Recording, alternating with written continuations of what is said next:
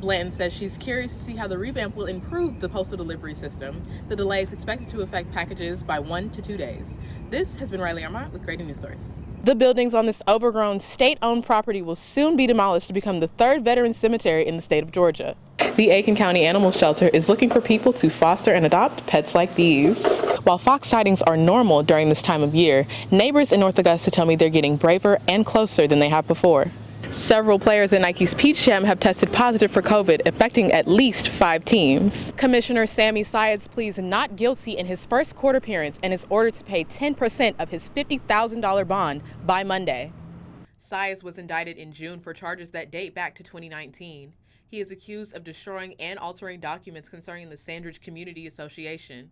During an FBI raid at his home in 2019, he told investigators that they seized all electronics and records related to the case. But later, federal investigators found invoices, agendas, and other documents they claimed Syeds kept hidden. He was then charged with lying to investigators. Syeds was not taken into custody Wednesday, but in addition to paying $5,000 by 5 p.m. on Monday, he is not permitted to leave the Southern District of Georgia. He must turn over his passport and has a 10 a.m. to 6 p.m. curfew.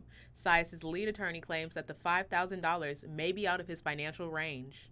The judge made it a point to say that failure to meet these terms would cost Syeds money and his freedom. Should he violate these terms for any reason, Syeds will sit in jail through the duration of his trial and forfeit the entire $50,000 bond. When the hearing concluded, Syeds left the courthouse with his attorneys. They did not speak to the media, nor did the prosecution. In Augusta, I'm Riley Armant.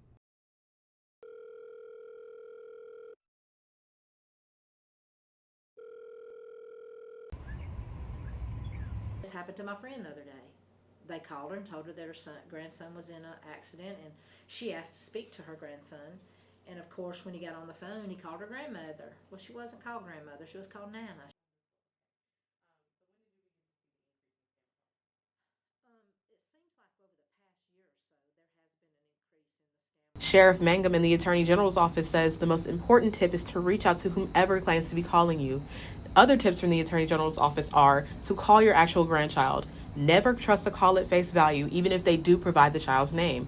Scammers receive a lot of information through social media, so you should limit what you post and never share any personal data. Don't hesitate to contact your local law enforcement if you question anything. They're going to ask you not to hang the phone up. Keep them on the line. That's because they don't want you to call somebody. There are ways to keep your money and your information safe should you be hit with one of these scam calls. The sheriff's office recommends that you call your local law enforcement or call whoever is calling you. For now, at Great News Source, I'm Riley Armant. She died doing what she loved doing. Unfortunately, her life was cut so short for no reason. Norma Jean Hirsch, a friend of the late Deputy Lena Marshall, joined the celebration of life for the beloved Jackson County deputy. Deputy Lena Marshall was shot while responding to a domestic violence call on November 5th in Houston. She sustained the injuries and passed away on November 11th. A candlelight vigil was also held yesterday in honor of Deputy Marshall.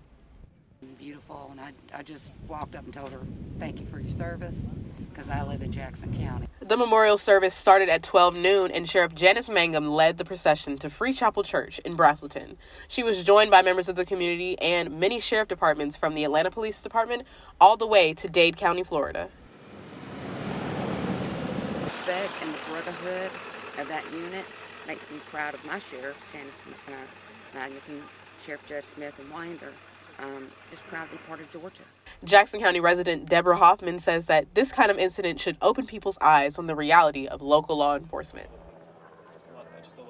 I hope that people realize when these people that serve us come and try to help us, that they would be more understanding, more loving, and more caring. Deputy Marshall's legacy will live on through the lives she touched through her service.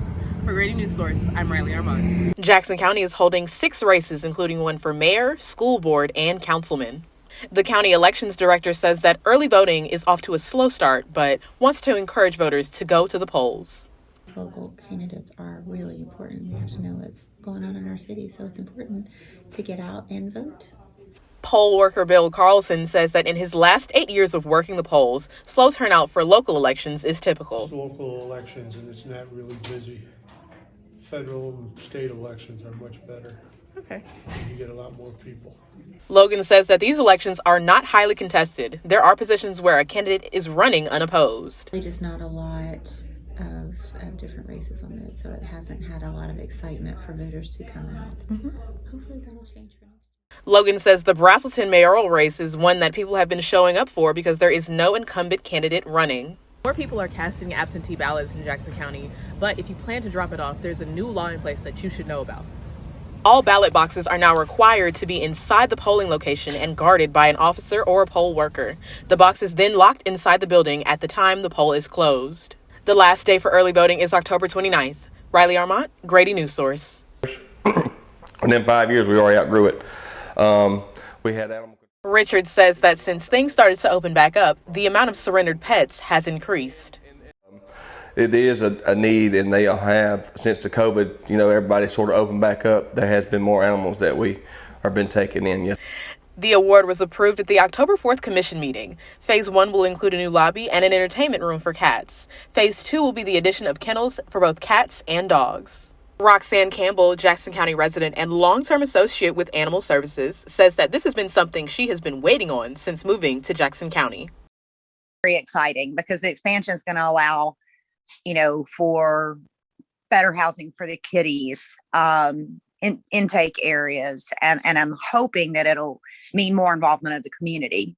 These are only some of the improvements Roxanne hopes to see from the expansion. Some other things she's hoping for are a better atmosphere and cat housing really needs to be soundproofed off from the dogs as best as possible.